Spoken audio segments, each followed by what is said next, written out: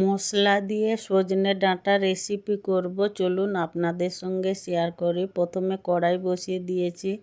সজনে ডাঁটাগুলোকে আগে থেকে কেটে ভালো করে ধুয়ে রেখেছি। এবার জল দিয়ে সেদ্ধ করে নেব। পরিমাণ মতন লবণ হলুদ দিয়ে ভালো করে সেদ্ধ করে নেব। ইউটিউব চ্যানেল থেকে দেখলে সাবস্ক্রাইব করে দিবেন, ফেসবুক পেজ থেকে দেখলে ফলো করে পাশে থাকবেন। সজনে ডাঁটাগুলো এইভাবে রান্না করলে খেতে খুবই সুস্বাদু লাগে। ডাঁটাগুলো সেদ্ধ হয়ে গেছে, এবার নামিয়ে নেব। কড়াইতে তেল দিয়ে দিলাম, কুচনো পেঁয়াজ দিয়ে ভালো করে ভেজে নিব।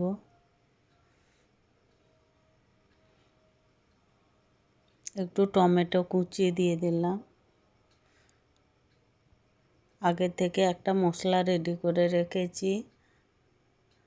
অল্প চিনি, পরিমাণ মতন লবণ, লঙ্কার গুঁড়ো, হলুদের গুঁড়ো, অল্প সর্ষে পেঁয়াজ বাটা আগে থেকে বেটে রেখেছি, ওটা দিয়ে ভালো করে কষিয়ে নেব।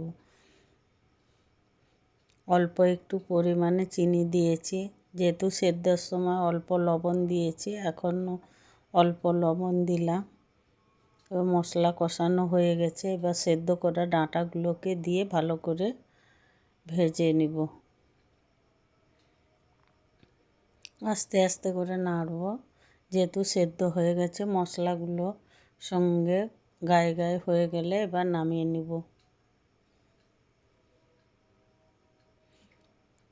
এই দেখুন, আমাদের মশলা সজনে ডাঁটা সম্পূর্ণ রেডি হয়ে গেছে।